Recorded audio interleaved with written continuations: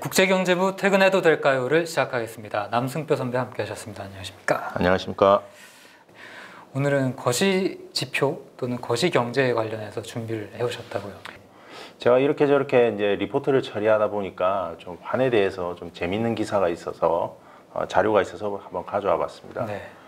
보통 이제 그 통화의 가치가 뭐 어떤 것을 기반으로 해서 움직이느냐 이제 요거를 얘기할 때 사실은 좀 단순하지가 않잖아요. 네. 그래서 이제 달러 같은 경우도 보통 보면은 미국 국채금리 뭐 하고 좀 이렇게 같이 연동이 된다.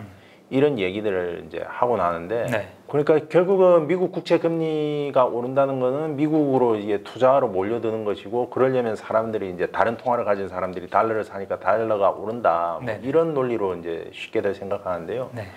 근데 이제 골드만삭스가 시장에 어떤 충격이 있을 때에 그 달러의 어떤 변동 상황 같은 것들을 이렇게 쭉 살펴봤더니 금리와 어떤 달러가 반드시 정방향의 관계를 가지는 것만은 아니다. 즉 금리가 오른다고 해서 달러가 오르는 것이 아니고, 금리가 오르더라 하더라도 달러가 내릴 수가 있다. 이제 그런 이야기가 있길래 한번 가져와 봤습니다.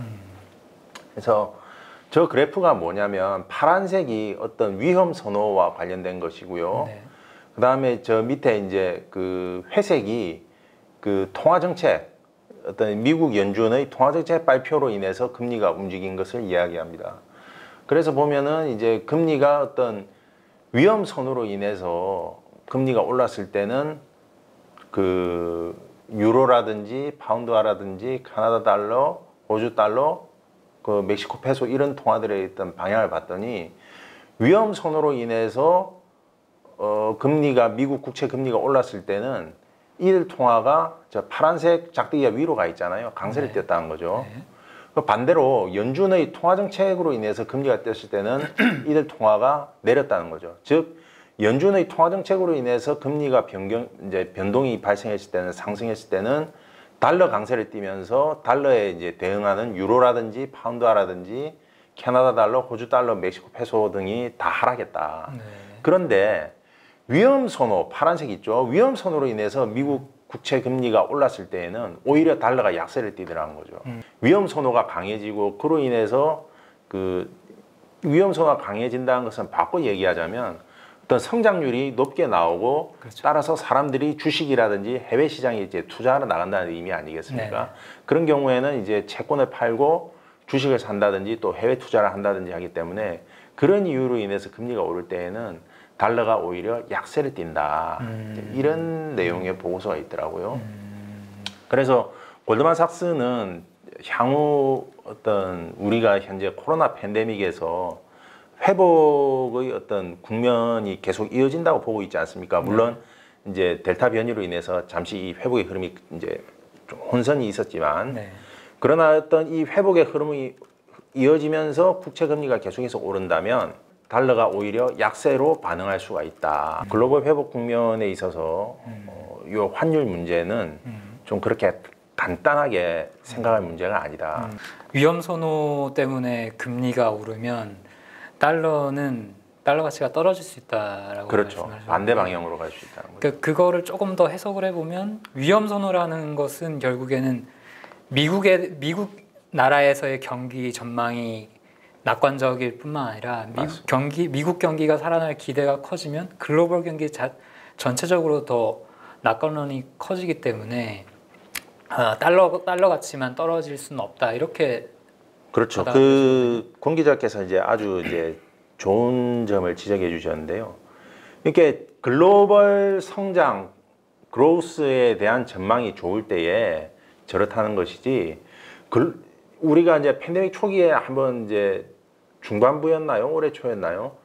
세계 경제의 회복세는 별로 안 좋은데 미국만 유독 좋았었던 때가 있잖아요. 그때는 달러도 강세를 띱니다.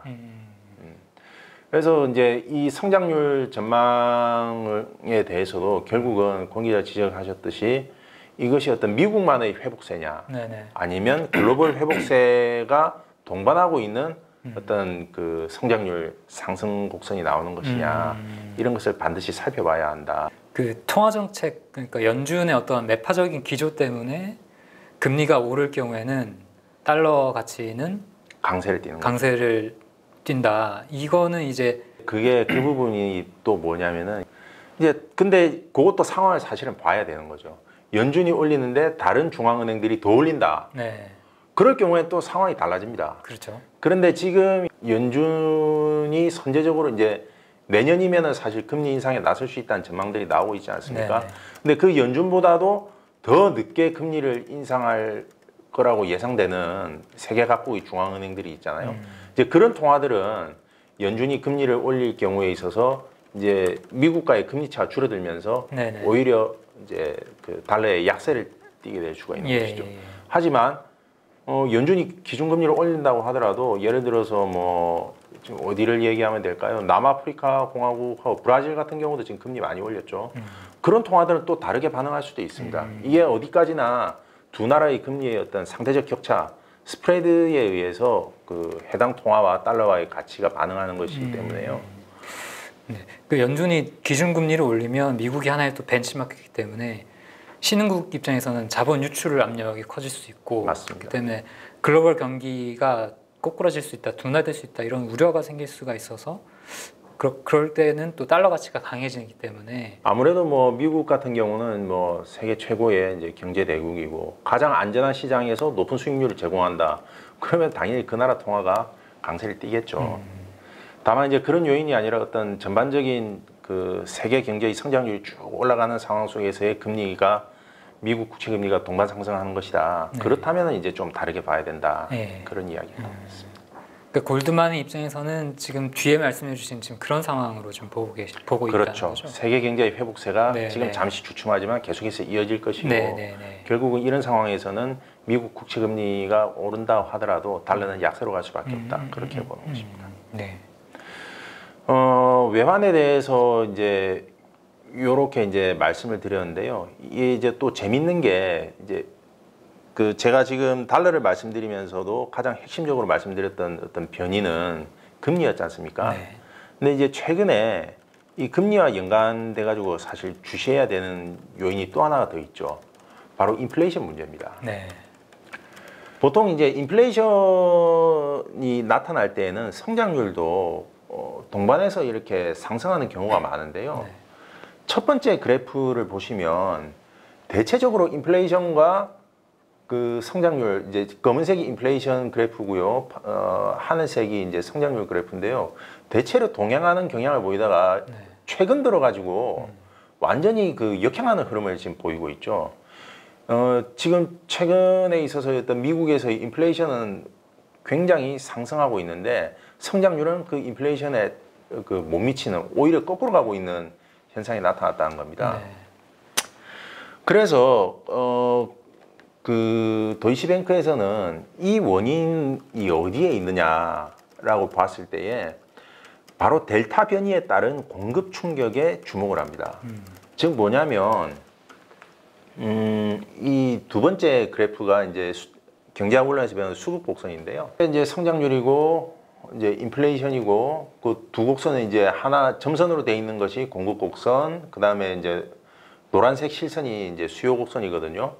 수요가 이렇게 일정하다고 봤을 때에 공급 곡선이 이렇게 있으면은 이 만나는 지점에서 사실은 이제 인플레이션율하고 성장률이 결정이 될 텐데 문제는 뭐냐면 네거티브 쇼크 투 숏런 서플라이 커브라고 돼 있는데요. 델타 변이로 인해서 그 코로나19 때에 발생했던 공급망 충격이 다시 발생하면서 공급 곡선 자체가 이 수급 곡선에서 왼쪽으로 이동을 해버렸다는 겁니다. 그럼 이렇게 되면 인플레이션율은 당연히 위로 올라갈 수밖에 없고 네. 오히려 성장률은 그럼에도 불구하고 감소를 하게 되는 것이죠. 바로 지금 상황이 이런 상황이다라고 이제 도이치뱅크는 이야기하고 있습니다. 네. 그래서 왜 이 이야기를 꺼내냐면 공급 곡선이 어떤 그 델타 변이와 같은 충격으로 인해서 왼쪽으로 이동해 버린 상황에서는 인플레이션이 나타난다고 하더라도 중앙은행이 결코 긴축 정책을 쓸 수가 없다는 거죠. 금리를 올릴 수가 없다는 겁니다. 왜? 이 경우에 있어서 금리를 올려버리게 되면 오히려 더 수요가 줄어들어서 인플레이션이 악화하거나 성장률이 더 떨어져 버리는 결과가 나타날 수 있기 때문에 중앙은행으로서는 이런 상황에 있어서는 딱히 해결할 방법이 없다는 거예요. 왜냐하면 여기에서 키가 되는 것은 공급 왼쪽으로 이동한 공급 곡선을 다시 제자리로 돌려놓는 겁니다. 이거는 통화 정책으로 해결할 수 있는 부분이 아니거든요. 그렇죠. 그래서 이제 도이치뱅크는 이제 이런 상황이기 때문에 중앙은행이 지금으로서는 별로 할 일이 없고, 따라서 인플레이션이 일시적인 요인에 의한 것이다라고 얘기하는 것은 현재의 상황에 있어서 중앙은행이 소극적인 태도를 취하는 것에 대한 어떤 효과적인 변명일 수 있다.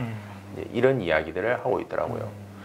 그래서 이제 그 도이치뱅크 같은 경우는 현재의 미국의 어떤 물가와 어떤 성장률의 문제가 해결되기 위해서는 네. 저기 엉켜 있는 공급망 문제를 이제 푸는 것이 이제 필요한데, 여기에 더불어서 주의해야 되는 게 뭐냐면 소비자 기대입니다. 네. 이 인플레이션 기대죠. 왜냐하면 인플레이션 기대가 이 지금 공급 곡선 이동으로 인해서 높아진 인플레이션 기대에 반영되기 시작해버리면 이때는 정말 악순환이 시작되는 겁니다. 여전히 공급망은 아직 그 수요를 충족시킬 만큼 회복되지 못했는데 인플레이션 기대마저 높게 형성이 돼버리면 상당히 위험한 상황으로 갈 수 있다는 것이죠. 하지만 인플레이션 기대가 여전히 안정적으로 유지된 가운데에 다시 공급망을 회복시킬 수 있다면은 다시 경제가 정상적인 궤도로 돌아갈 수 있다. 이런 이야기들을 풀고 있었습니다. 그 중앙은행이 사실 인플레이션 물가를 잡는 게 목표지만 사실상 그 물가라는 게 인플레이션 기대를 잡는 그렇죠. 목적인데, 지금 이런 상황에서 성장률이 받쳐주지 못하는 상황에서 인플레이션 기대 심리마저 높아져 버리면 굉장히 난처한 상황에 예, 엔진으로서는 들어갈 수 그럴 수 있겠네요. 난처하겠네요. 예. 네. 그래서 지금 이제 이런 상황 속에서 투자자들이 이제 관심을 가져야 되는 것은 이제 그 공급망 그 제약 문제가 충분한 공급이 이루어지고 있지 못한 상태가 얼마만큼 빨리 해소가 될 수 있느냐 하는 게 굉장히 중요합니다. 그래서 아마 좀 미국도 지금 반도체 문제라든지 이런 부분에 있어서 사실 약간 보면 거친 방법들을 쓰지 않습니까? 뭐 해외 기업들을 막 불러서 뭐 정보를 내놔라고 압력을 가한다든지 하는 부분들이 있는데 네. 좀 약간 이런 문제의 어떤 심각성들을 좀 보고 대응에 나선 게 아닌가 싶은 생각도 듭니다. 사실 연준이 뭐 최근에 매파적인 메시지를 뭐 꾸준히 내고 있긴 한데, 그런 것도 뭐 저런 인플레이션 기대 심리를 어느 정도 염두에 둔 것은 아닐까 싶기도 하고요. 그리고 이제 그 테이퍼링을 이제 제롬 파월 의장이 언급을 하면서 금리 인상과는 별개라고 선을 분명히 긋고 있지 않습니까? 네네네. 뭐냐면은 이제 완화적인 정책을 이제 걷어들이는 것은 어느 정도 필요하다고 보지만 금리 인상까지 만약에 이제 시도를 해서 수요가 예를 들어서 금리 인상에 반응을 해버리게 될 경우에는 상당히 문제가 꼬일 수가 있기 때문에 더 성장률이 떨어지게. 그렇죠. 이 부분에 있어서 선을 그으면서 완화적인 정책을 조금씩 걷어들이는 그런 스탠스를 취하는 것은 아닌가. 물론 이것은 추측입니다. 연준은 정확하게 그 속내를 이제 공개하지 않기 때문에 다만 저런 상황이 현재 인플레이션의 배경이 됐다면 연준으로서는 일단 금리 인상에 대해서는 상당히 저런 공급망 문제들이 해소가 됐다는 걸 확인한 이후에 아마 시도하고 싶을 겁니다. 그러나 그렇다고 해서 지금 저렇게 인플레이션이 심한 상태에서 완화적인 정책을 계속해서 이제 지속할 수도 없기 때문에 완화적인 정책은 조금씩 걷어들이면서 다만 긴축을 의미하는 금리 인상과는 선을 긋는 그런 스탠스를 좀 가져가는 게 아닌가라고 한번 추측을 해보는 것이죠. 최근에 시장에서 유행했던 게 뭐 스태그플레이션 트레이딩 뭐 이런 얘기들이 많이 나왔는데, 시장에서는 그런 쪽으로 좀 당분간은 좀 더 관심을 가질 수 있을 것 같고요. 한 가지 다행스러운 것은 뭐냐면 이제 그 8월 CPI가 굉장히 이제 낮게 나왔죠. 그게 이제 보면은 이제 주로 중고차라든지 그다음에 여행용 티켓 가격 같은 것들이 이제 안정을 되찾으면서 이제 8월 소비자 물가가 좀 이제 상당히 낮게 나왔는데요. 그러면서 이제 그 인플레이션 일시적이라는 또 연준의 견해가 또 힘을 얻으면서 좀 인플레이션 기대를 또 안정시키는데도 작용을 한 것 같습니다. 정확하게 인플레이션이 어디에서 왔는지는 결국은 좀 시간이 지나봐야 볼 수 이제 증명이 되겠습니다만은 일단 뭐 특정 요인들이 과대평가되면서 중고차 가격 같은 것들이 이제 과도하게 튀면서 물가가 올랐다고도 볼 수 있고 또 저기 도이치뱅크가 이제 가정하는 것처럼 어떤 델타 변이로 인한 공급망 충격으로 공급 곡선 자체가 이동을 하면서 이제 공급량 전반적으로 줄어들면서 인플레이션이 왔다 이제 이렇게도 볼 수 있는 것이죠. 그래서 어느 가설이 맞는지는 좀 더 시간을 두고 보면 알 수 있겠지만 최소한 인플레이션이 왔는데 이렇게 심한데도 왜 중앙은행이 나서지 않는가라는 부분에 대해서는 도이치뱅크가 제시하는 모형이 상당히 좀 설득력이 있지 않나 그런 생각이 들었습니다. 알겠습니다. 오늘은 저 외환과 금리의 관계부터 시작을 해서 금리와 또 인플레이션의 관계까지 최근에 특이할 만한 동향들을 좀 짚어보는 그런 시간을 가졌습니다. 네, 오늘 말씀 잘 들었고요. 예. 네, 저희는 이만 퇴근하겠습니다.